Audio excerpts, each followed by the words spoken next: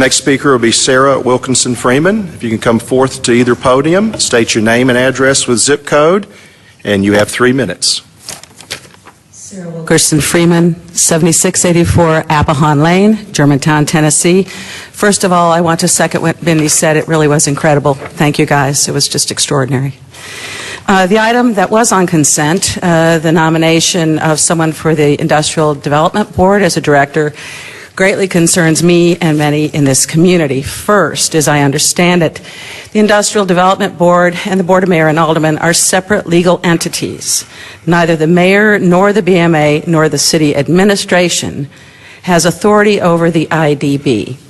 Second, according to the IDB bylaws, at least the copy I have, and the city's website went down, as many of us know, so kind of hard to do a lot of fact-checking. Best I can here. According to the IDB bylaws, to fill a vacancy, the mayor first nominates a candidate, and at the next regular meeting of the BMA, they shall elect a successor. Now, again, the minutes were not there.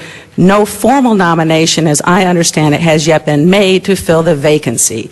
This is official business. It cannot be done legally in secret and without record. So perhaps I'm wrong. Perhaps that formal nomination has already been made so that the public is aware of a formal nomination.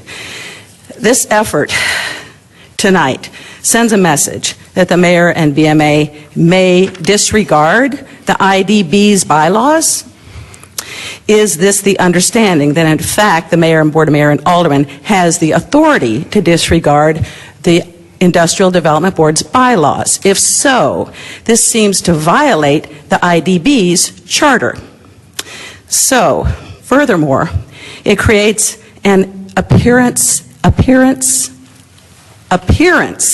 of impropriety, in part because the nominee before you, as I understand it, missed the application deadline and therefore was afforded a special privilege that the rest of the public was not given in terms of applying for a board position.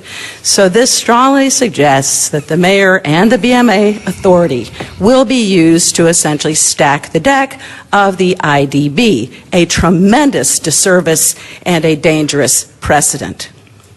So, where there is money on the table, and this is coming from a historian who studied government for 40 years. 30 seconds. Where there's money on the table and the lines of authority are not strictly enforced, there will be corruption. When there's money on the table and the lines of authority not strictly enforced, there will be corruption, and you can take it to the bank. Thank you. Thank you for your comments.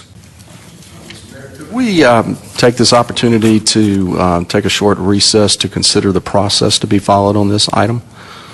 Sure. Is that the willingness of the board to take a 5-minute recess? We are in recess for approximately 5 minutes. Thank you. With that said, our city attorney requested recess to clarify IDB appointments. So, Mr. Harris, the floor is yours. Mr. Mayor and members of the board, in looking at the IDB's bylaws, it appears that the process that should be followed is that there should be a nomination by the mayor of a director for the IDB, and that the election should take place at the next scheduled meeting. So it's my recommendation that we follow that approach so that the nomination takes place tonight and the actual election will take place at the next regularly scheduled board meeting.